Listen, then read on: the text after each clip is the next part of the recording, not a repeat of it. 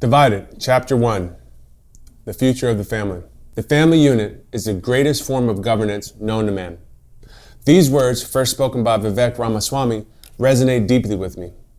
When we look at the vast array of social issues that we're facing today, drug addiction, teen depression, fentanyl, violence, the breakdown of community, it's hard not to wonder, what if the solution isn't more government intervention or endless funding to fix problems?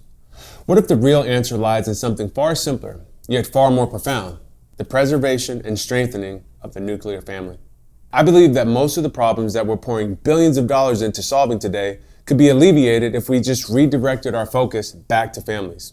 The family unit is where children learn their values, where they build their sense of identity, where they feel security that allows them to grow emotionally into healthy adults. But today, the unit is under siege, and the consequences are evident in nearly every corner of society. Think about it. Drug overdoses, the mental health crisis, violence, and even poverty, they all have their roots in broken homes. When we dismantle the foundation of the family, we dismantle the natural support systems that help people thrive. And then we're left with individuals trying to navigate a complex world without the essential guidance and the structure that a family provides. And it's not just one demographic or one race. This is a universal problem affecting all of us, regardless of your political leanings or your socioeconomic status. There are some alarming statistics showing the rise of single-parent households over the past 40 years.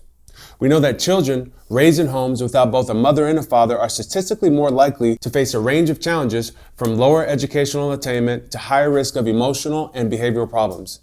And yet we rarely hear this discussed in the mainstream. Instead, we continue to implement policies that, whether intentional or not, undermine the nuclear family. Let's talk about welfare programs for a moment. Decades ago, well-meaning programs were created to support women and children in need. But these same programs often carried a dark undertone.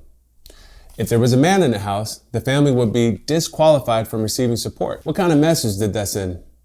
It told generations of families that the presence of a father, it wasn't just unnecessary, that the presence of a father was a liability. This policy and others like it incentivized the breakdown of the family unit. Think about that for a second. And now we're seeing the repercussions of that decision every day. When families are fractured, the government steps in to fill the void. Government takes on the role of the parent, attempting to solve problems that are best handled at the dinner table in moments of shared discussion and in communities bound together by mutual responsibility.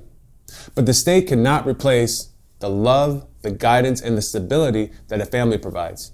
We've lost the tradition that once held families together. Take family dinners, for instance. Something as simple as gathering around a table and sharing a meal and talking about life.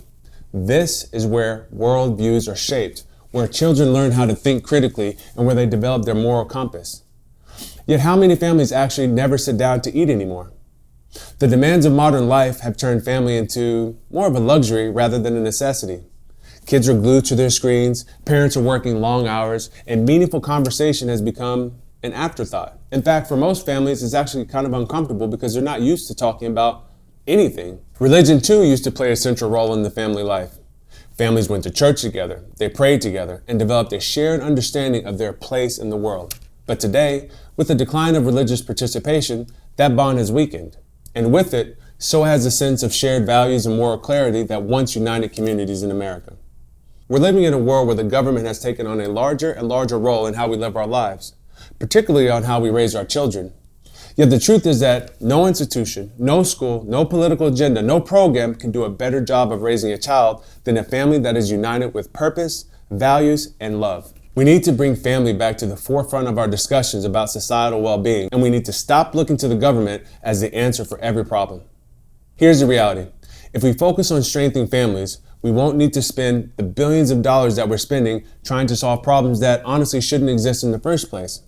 We won't need as many government programs. We won't see the same level of division and frustration that we're seeing today. When the family unit is strong, children grow up with a sense of purpose, a sense of belonging. They're less likely to turn to drugs, they're less likely to fall into depression, and they're more likely to become a productive, engaged member of society. It's time we recognize that the real path to a healthy, more unified America isn't found in the political debates or government mandates. It's found in the simple, timeless truth that family is the bedrock of society. If we can reignite the importance of the nuclear family, if we can allow parents to raise their children without unnecessary government interference, I believe that we will solve many of the issues that today feel insurmountable. So let's get back to the basics. Let's bring back family dinners. Let's talk about values. Let's talk about culture. Let's talk about faith. Let's let families be families again.